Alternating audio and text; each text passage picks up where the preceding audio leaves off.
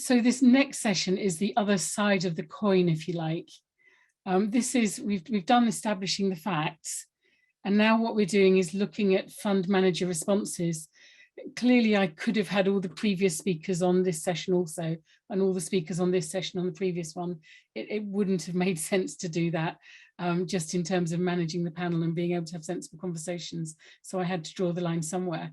I'll start by saying that Mark Brennan, unfortunately, from Foresight, is really, like Harriet earlier, unable to join us. Harriet herself was ill. Mark has got a daughter with COVID. So he's doing plenty of juggling at the moment and was having to travel somewhere. So unfortunately, we are a speaker down today, which is why I was a little bit more relaxed about starting this session later, because I think everyone will have plenty of opportunity to talk, and we can make up 3 minutes, I think, quite easily. So I will, without further ado, welcome Cornelia from Fidelity, Lloyd from BNY Mellon, David from Rathbones, and I will ask you each, please, if I may, to introduce yourselves. I know some of you have long job titles and very specific things that you do.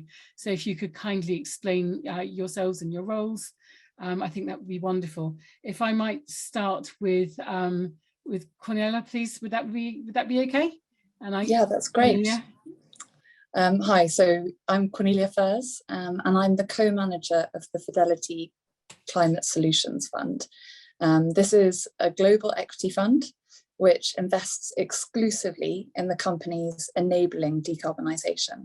So that means that we're investing in the companies who can reduce global emissions, the companies making the towers for the wind turbines, or the critical components for the EVs, or the recycling technologies to reduce our consumption of primary materials. We're not investing in low carbon companies, businesses with people in offices, or companies that will benefit from climate change, or companies which are focused on their own carbon footprint. We're looking at the companies that can reduce society's carbon footprint. Thank you. Can I just ask you to touch briefly on your involvement in the rest of the company, because obviously Fidelity is massive. I'd like you to obviously just explain that is your focus, etc. And is there anything else you wanted to add on that? Yeah, so by nature of what I do and my personal interests, obviously I keep on top of what Fidelity is doing itself in terms of its own net zero commitments and its own initiatives. So I'm very happy to touch on that. I think we'll probably have some questions on that later. And Fidelity have a number of funds in this area. Obviously, if you ask me, I'll say, climate solutions is the way to do it, and this is the highest impact fund that we can offer, but I'm sure my colleagues would say something different, and we're collaborating with them continuously in terms of our different approaches. Yeah, and I suspect David and Lloyd would say similar things. So David, can I pass to you to introduce yourself? Thank you, Cornelia. And sorry for getting your name wrong. I'm beginning to ache and things are getting a bit creaky. So yes, apologies. So David, please, if you'd like to take the floor for a moment. So it's nice to see everyone here, virtually see everyone again. So my name is David Harrison. I'm the lead manager of the Rathbone Greenbank Global Sustainability Fund. I've been at Rathbones for about 7 years and in the industry for about 20 years. I used to work at Hermes previously. Our fund, essentially what we do is we look for high quality businesses around the world with a clear commitment to sustainability. So we have an ethical framework on the fund. We have a negative screen, so there's lots of sectors we don't invest in, anything really with high emissions. And part of our positive screening process uses the United Nations Sustainable Development Goals. So we're essentially, very similar to Cornelia, focused on sustainability leaders, companies providing solutions to the crisis. We've been running the fund for about 3 years now. And we work very, very closely with our colleagues in the ethical research team at Rathbone Greenbank Investments. Thank you, David. That's great. Lloyd, would you like to introduce yourself, please? Sure. Thank you, Julia. And good afternoon, everyone. Pleasure to be with you all. My name is Lloyd Mcallister. I'm head of ESG research at Newton Investment Management, which is part of the BNY Mellon Investment Management Group. I oversee ESG research within the investment decision-making process. So really what we're trying to do is understand how do ESG issues interrelate to security prices, and trying to unweave those relationships and understand how ESG issues can impact revenues and costs and asset values, and how that flows through into share prices. So that's what I do. And you'll do that presumably applied differently in different funds. So if I use this to feed on to the next question, which I know you've all seen the questions in advance, although I do go off piste as well. You know, your responses as a company, presumably within different funds, it's differs. So we're talking about this as being a climate emergency now. We've got to stop messing, but different funds will take different strategies because they're designed to do different things. Would you like to expand on that a little, Lloyd, as to what you do there? Yeah, sure. So as a firm, Newton's joined the Net Zero Asset Manager Initiative.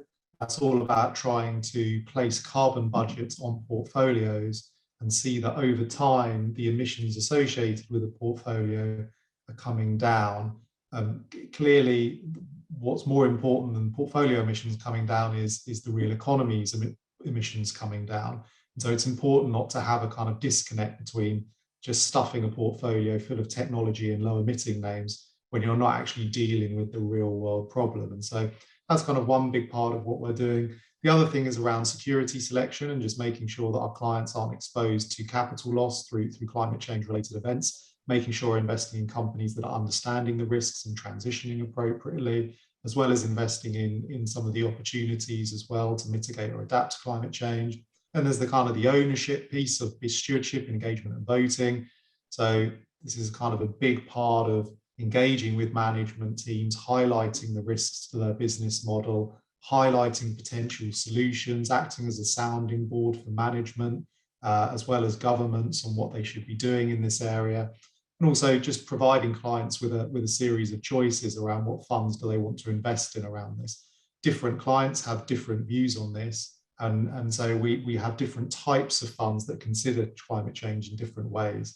And that then gives clients the choice to sort of a choice to make about how do they want to tackle this. Similarly with your company and also with Fidelity, similar sizes, very, very big organizations. So there's lots of different levers you can pull. Do you want to touch on stewardship activity at all there perhaps? Is that perhaps not your area? It may well be not what you do. So I shall take that to Cornelia first, perhaps, if you're happy to comment on, you know, what the various offerings are that you do to respond to climate emergency and touching on perhaps the relationship you have with companies. Yeah, of course. So maybe starting with Fidelity's approach. Fidelity's made huge strides in this respect, and they've established a number of policies, new policies. So one of them is a change to our voting procedures with a lot more emphasis on climate and a lot more scrutiny on climate. Then we're also introducing a number of internal sort of metrics which will help us sort of assess companies in terms of their own transition to net zero.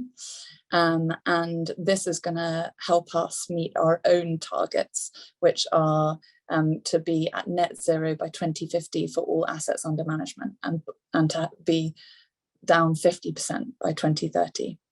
And then in terms of engagement, there's much more that's being done here, both at a Fidelity-wide level and at a granular sort of company level in terms of addressing specific company issues. In terms of our approach, by the nature of what we're doing in the Climate Solutions Fund, we're specifically identifying the enablers of decarbonisation, which means that, you know, we're not dealing, I guess, with the problem children in terms of, you know, who's not responding to the climate emergency. Naturally, if you're a company that has a revolutionary new recycling technology, which will reduce our reliance on virgin cotton, you know, you are sort of environmentally minded. And so in terms of my day-to-day role, engagement is part of it, but not necessarily from an environmental point of view. Okay, all right, thank you. Cornelia, I hope you don't mind me asking you this. I presume you won't, but I'm trying to ask all the questions that are coming my way. And we've got a question around Alphabet being in one of your top holdings. Would you like to explain the case for that, please? Yeah, of course. So I think this is something that Randeep mentioned earlier. And we take a similar approach, which is that it's not sufficient just to decarbonise power or cars. You know, power is 27% of global emissions, and obviously that will get us a long way, but we can't simply meet net zero by rolling out renewables. We have to decarbonise every aspect of our lives. And so what we're looking to do is invest in solutions that drive a step change reduction in the emissions of a process. And one of those solutions is the cloud, because the cloud is 85% more energy efficient than traditional on-prem data centers. And Google is obviously a player in this, and that's the basis on which we have it in the fund. Okay. And what you'll see, we're benchmarked versus MSCI ACWI. So what you'll see is it's a top 10 absolute position, is a smaller position, and one of many themes that we own on a relative basis. Lovely. Thank you for explaining that. That's most welcome. David, could I come on to you now, please? Same question, Julia. Sorry, no, not the same question. Sorry, just in terms of responding to climate change, to position, your company. Obviously, Greenbank's got the long history in this area, but across the board, and then individually for your fund, what are you really doing to help people respond? I guess maybe starting with the fund. I think given our framework and our starting point, we avoid a lot of the emission heavy sectors anyway. So I think we have quite a high bar. But if you look at our positioning, well over 50% of the fund is involved in companies that are providing solution to the climate emergency in one way or another. Lloyd and Cornelia have mentioned some areas already, but renewables is perhaps the area people speak about, but one of our big exposures is to electrification of the global transport fleet, or companies providing efficiency solutions to infrastructure in terms of buildings and water. Circular economy is a big exposure for us as well. So I'd say it's a key part of how we think, and we think about those solution providers. The other thing we do as well is that we provide full transparency in all our exposures. So not just carbon footprinting, but we provide twice a year a full look through on all our holdings, our sustainability rationale, investment rationale, and list out all our engagements. So I think from a fund level, it's really core to the DNA of what we're doing. At the wider group level, Julia, like you said, Rathbones as a group, as with Fidelity, we've made a commitment to net zero by 2050, and we're very soon, in the next couple of weeks, are going to announce science-based targets for operations and investments. I think in terms of the wider engagement as a group and collaboration within the industry, working with, being part of the UN PRI has been core in the 7 years since I've been there. Matt Crossman, who's head of stewardship, he's a key player in that. And I'd say that stewardship, not just in our fund and Greenbank, but across the group, has really gone up kind of the radar for everybody, and it's a core part of how we think about managing money. Cool, thank you. Can we then touch for a moment on the tools that are available for investors, sort of things that help you, and just explain this area more? Lloyd, would you like to pick up on that first? Sure, yeah. I think the obvious starting point is to use carbon footprints, which, if done properly, can give a kind of life cycle impact of the company on emissions. And that's a helpful starting point. But there's some challenges around measurement of scope 3, around the supply chain and the use of the product. And obviously it's backwards looking as well. And so really for us, what's key is to think about climate change in the context of valuing securities and integrating the climate considerations into that process, and making sure our view of the intrinsic value of a company incorporates climate change issues. And so that'll be things like, if carbon taxes are implemented, how would that impact the business model? Could the costs be passed through to consumers, or would the company have to soak some of that up? Are input costs going to increase? So are agricultural yields going to go down, leading to higher input prices? Might water scarcity be an issue, so they have to spend money on getting water efficiency levels up? And then there's the revenue side of it. Are we expecting to see reduced demand for plastic related goods? Does the company have some green patents that could lead to new revenue streams? And so there's some very specific things that you can do within modeling to understand how the climate change issues are going to affect the company's valuation. Some of it is just too difficult to put a number on, and you just have to increase the discount rate to bring down the future cash flows. But those are the kind of tools. There's kind of a set of sort of somewhat old tools around carbon footprinting. There's the kind of traditional financial analysis tools that are really important to integrate climate issues into. And then there's some kind of new tools around looking at climate value at risk and those types of issues. So those are the kind of tools that we use. Lovely, thank you. Cornelia, would you like to come in on this at all? Yeah. Unfortunately, we find that the tools that are available are in many cases lacking. You know, the one that's most readily available with respect to the climate is Scope 1 and 2 emissions. But our take is that, you know, investors get very bogged down on this because it's what's available. And in many cases, it is, you know, a very relevant and good indicator. But what it doesn't capture is the downstream impact of what these companies are actually doing. It's only telling you what the emissions are what emissions they're generating in order to create the products. But there's no sort of evaluation of what these products are actually achieving. And so if we take something like a wind turbine manufacturer, this is an industrial company. They're likely going to have some emissions in order to generate those turbines, but nobody's taking into consideration, okay, but they are enabling the deployment of wind at a meaningful scale globally, and that wind installation is preventing that power being generated by coal or gas assets. And so that's something that we've tried to capture ourselves. We looked far and wide. It's not something that's readily available. So that's something that we've calculated for all the holdings in our fund, so that we can talk more broadly to the aggregate prevented emissions of the companies that we're invested in.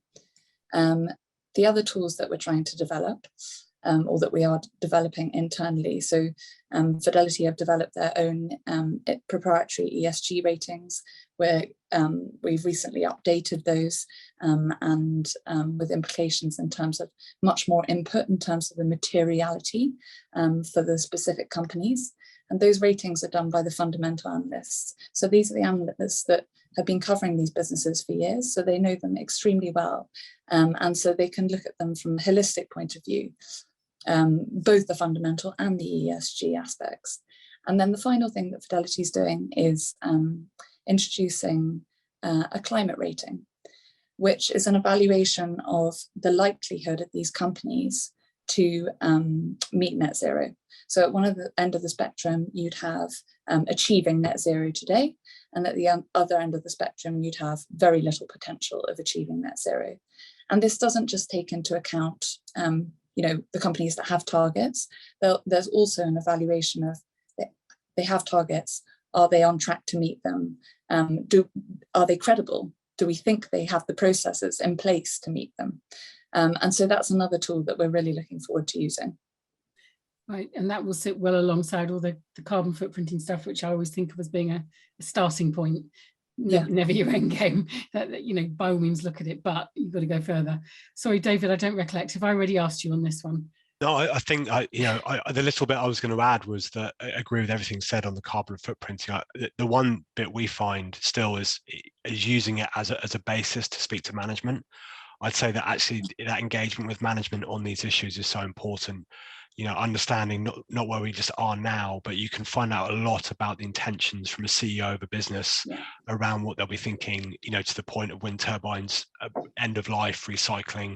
So I think the data is incredibly important, but I don't think it should ever replace that engagement with senior management as well. I think together they sit together very well as an investment strategy. Absolutely. Look at the whites of their eyes and have straight conversations to write.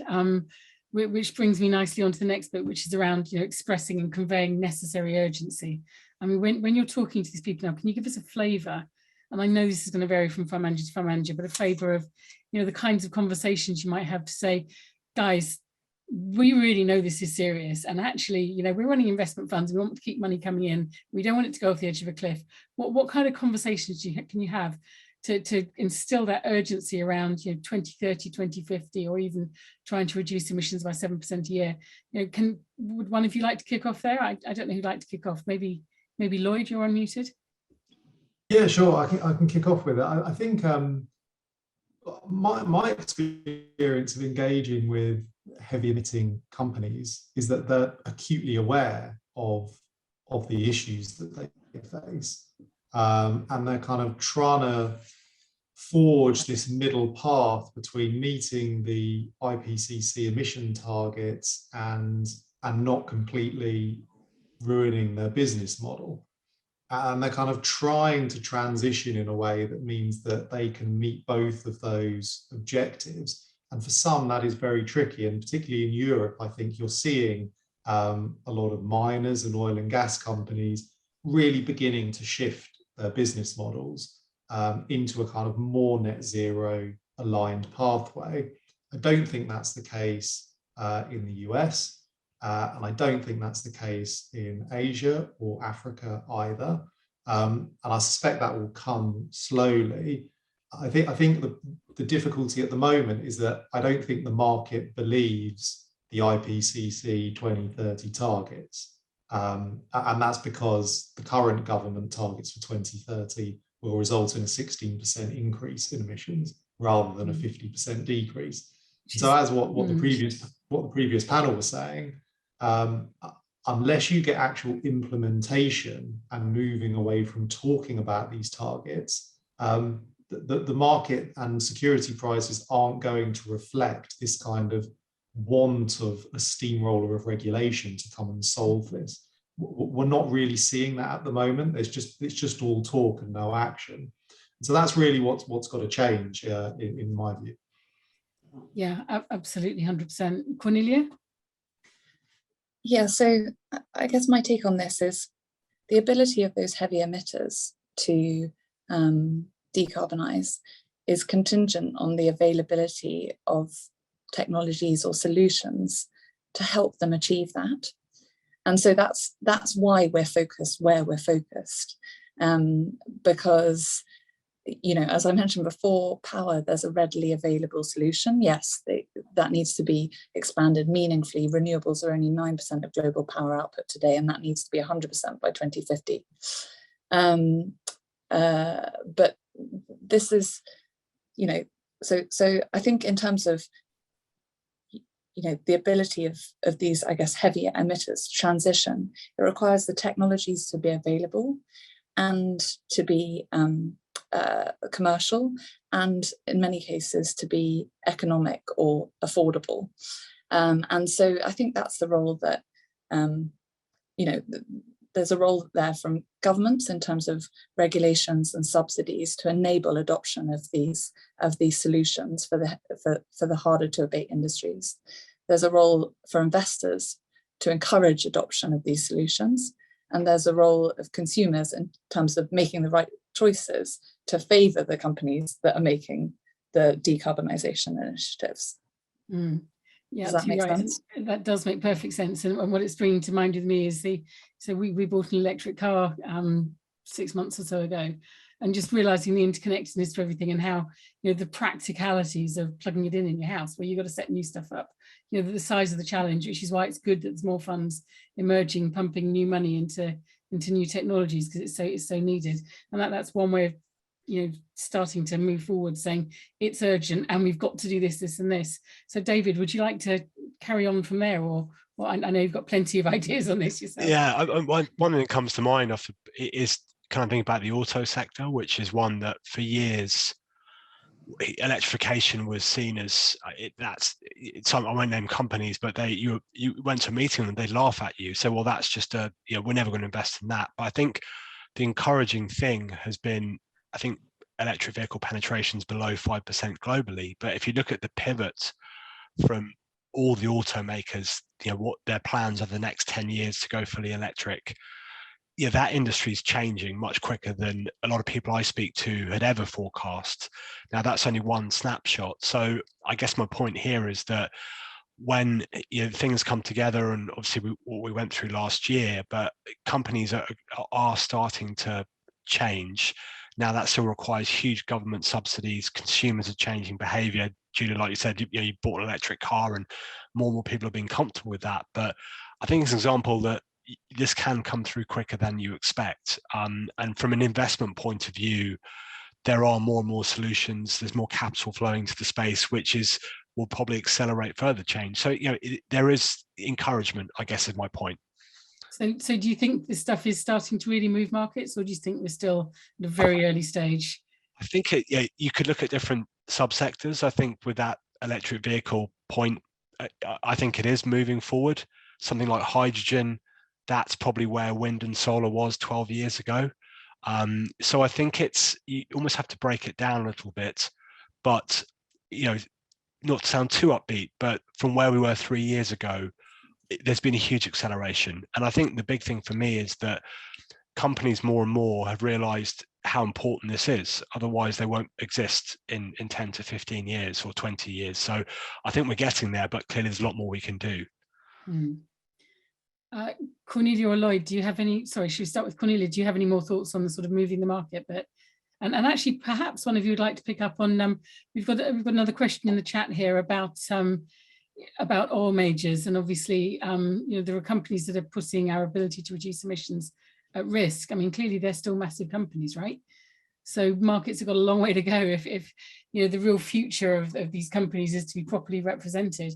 Cornelia, do you want to expand on that at all?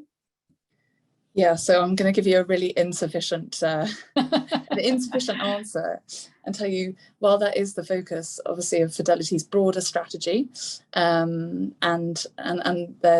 they're shortly to announce something specifically in terms of a broad Fidelity-wide engagement, specifically on energy transition. That's not what we're doing on a day-to-day basis. We're focusing our efforts more on supporting the companies that will help the world transition. And to touch on something that David mentioned, this is that investors have a really important role to play here, not just in terms of availability of capital or engagement processes that stimulate these corporate attitude changes, but also in terms of channeling more capital into the right solutions that will then reduce the cost of capital for those technologies, which then accelerates adoption. And then you get this virtuous cycle, because it accelerates adoption, this increases the scale, that reduces the costs, then you get more deployment, then you get reduced costs, and so on. I guess that explains a little bit about why we've taken the approach that we have, not to invest in Shell or to encourage them to change, although there are other people within Fidelity that are doing that. We're more interested in supporting the technologies that will enable these other companies to change. Yep, enabling technologies, absolutely. And you probably didn't hear it, but my introductory section, I didn't use those exact words, but I was talking about the same thing: pump money into the green economy to make change happen, and engage with the rest to encourage the transition. We've all got to go there together. The perfect combination.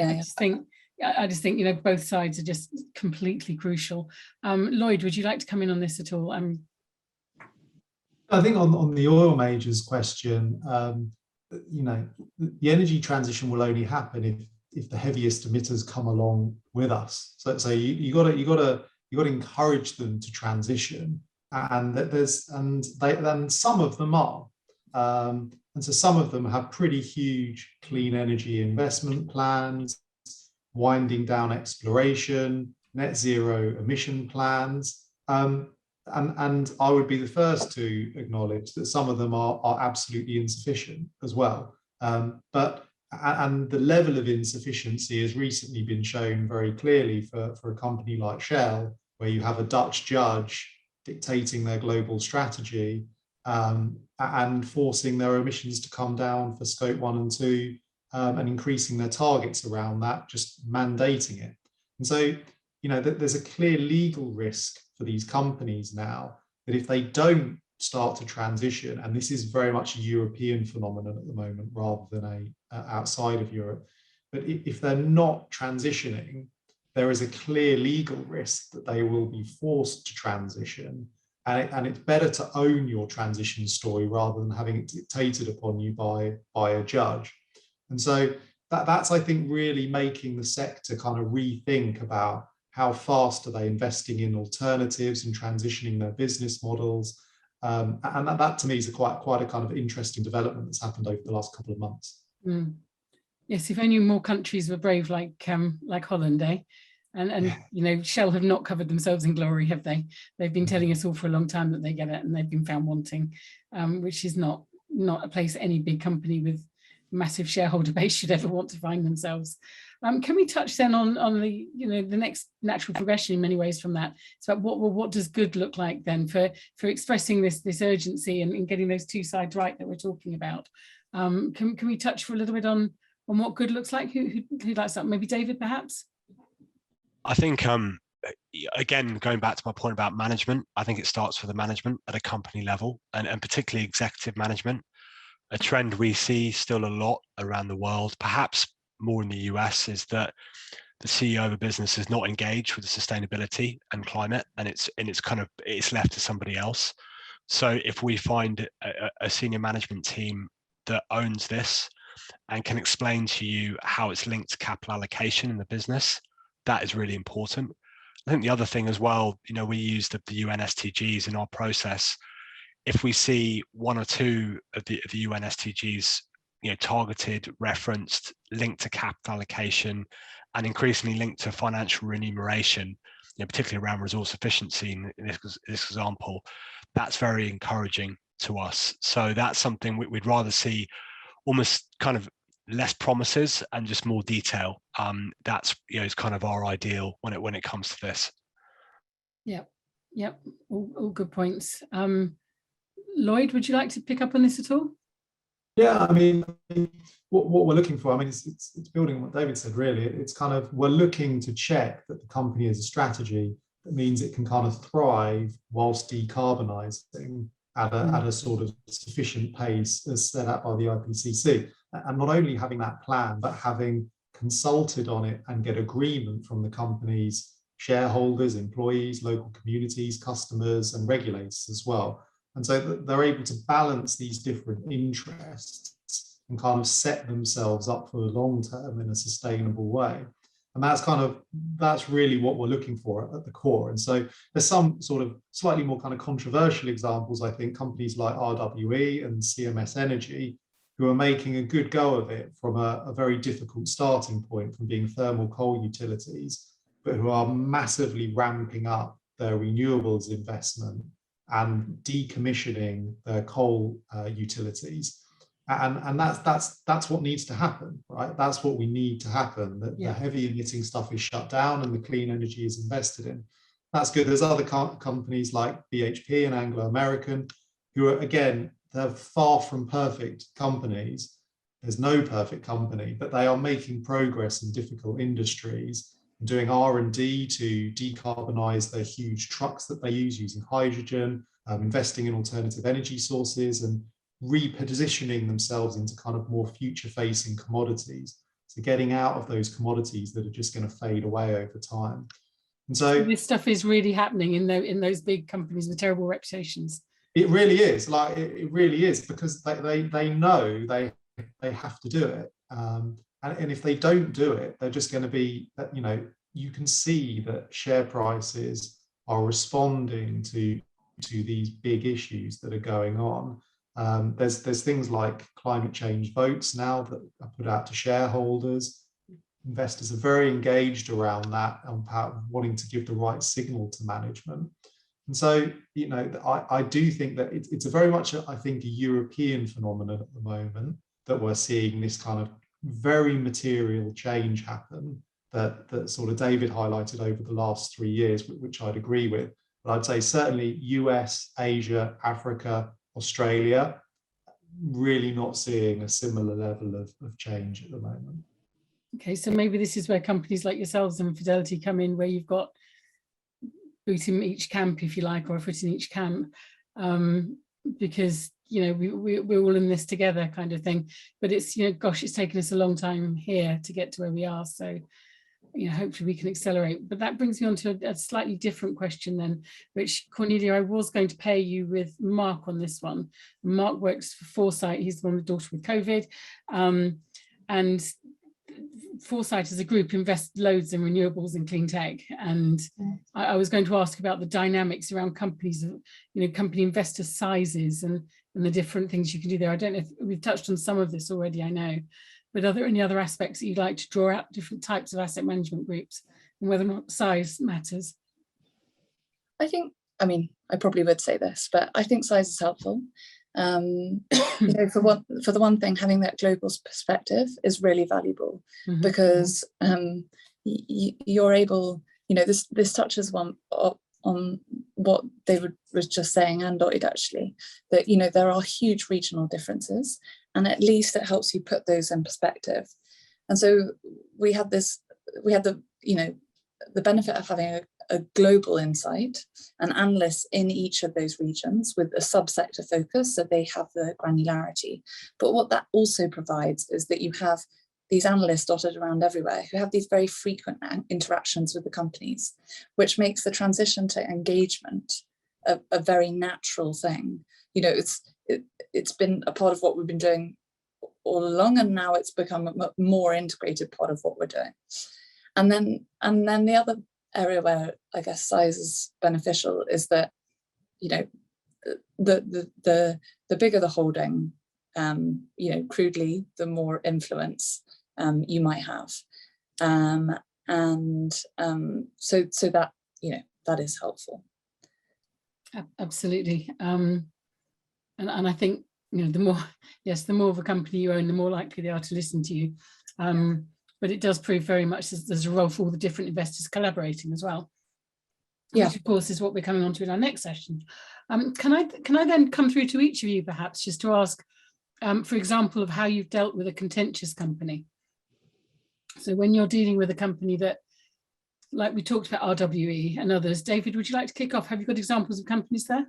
I've got an example, but it might be a bit different, because I guess the nature of our starting point, because of the screen, and we engage a lot with companies before we buy ourselves, and we work with Green Bank, the ethical research team, together.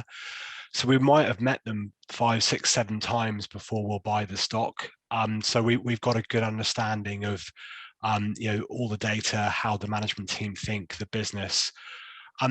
Generally what we'll do is, if something's come up, we will go back to the management team, explain our position, and then give them time to go away and come back with an answer. We've had it before where that's still not sufficient, and we'll go back a second time. Then ultimately, if it's not the right answer, we just move on. The example I've got is, we own a business in the US called Trex. Now Trex is, not many people on the call might have heard of it, but they do composite outdoor decking. So if you imagine outside your house, instead of having wood decking, Trex make composite. It's 95% recycled. I think they're the 4th biggest recycler of plastic bags in the US. So what they do is inherently good from a sustainability point of view. But end of life, their decks last about 25 years.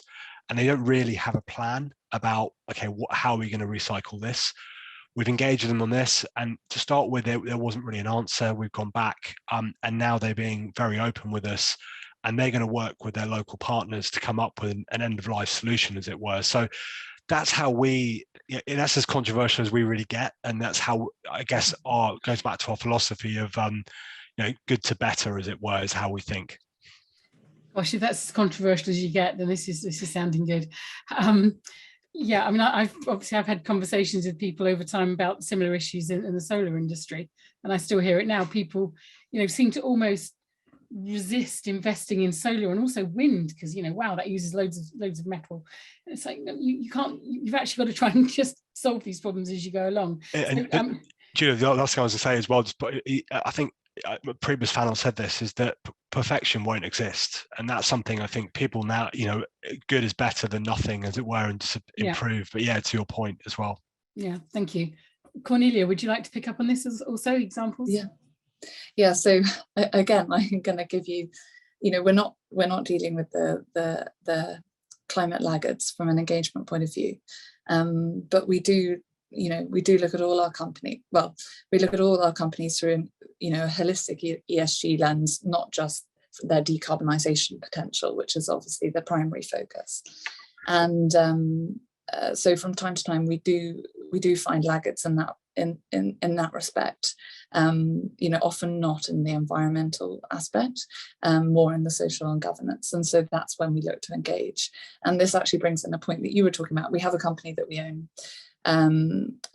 that is poorly rated by MSCI. It's a small cap. It's Italian. The nature of this business means that I guess it's it's harder to impose company-wide standards. It runs on a very decentralized basis. And so there's no disclosures and a handful of policies that we've understood from speaking to the company. But we've spoken to the company several times. We haven't got much traction. So now we've written to the sustainability subcommittee of the board. And again, we haven't got that far. And so the next step is to collaborate with other investors. And that's a process that's ongoing at the moment, to see whether we can engage for change. And it's not simply disclosure. What we tend to find is, and this happens a lot with, I guess, US companies that are just behind on the curve. They're not malintentioned, they're just behind. Mm-hmm. And so we have these initial conversations with us and they just want to know more. And what we find is that disclosure tends to lead to, target setting, which tends to lead to better practices. And so disclosure might be the first step, and that's how we're broaching it with this Italian company. But we hope that it will lead to better things down the line. Thank you. Yes, and that shows the importance of flagging things and bringing networks together. Lloyd, can I hand over to you for this question, please, an example? Yeah, sure. I mean, similarly, we try not to get ourselves in a situation in the first place where we're owning a highly contentious company through the sort of due diligence process. But there's some where it's worthwhile holding and engaging. And so one was a US utility company who was planning on having a pretty slow wind down of their coal assets. 2040 was the date that they'd agreed to decommission them by. And we just felt that wasn't going to work long term, given the economics of coal. And so we kept on asking management to run scenario analysis on how coal will play out in various carbon tax scenarios. This went through sort of several years worth of meetings. And then just a few months ago, they announced that they're going to decommission them by 2025 and significantly ramp up the renewables. And what we particularly liked about the plan was that they hadn't just done it because we'd asked. They'd done it because they'd had the feedback from the customers, the local government, local communities as well. This is what they wanted to do. And for us, it was a very kind of responsive management team who were listening to what their stakeholders wanted and adapting. And that to us is just what we wanted to see. It's they're adapting to the new situation. They're a big emitter. They've got a horrible carbon footprint. If you run the report on them, they come out near the bottom, but they're doing the right thing and moving in the right direction. And so for us, that's kind of what we want to see. That's really interesting. And so long as you're communicating that clearly to your investors, that's hugely beneficial.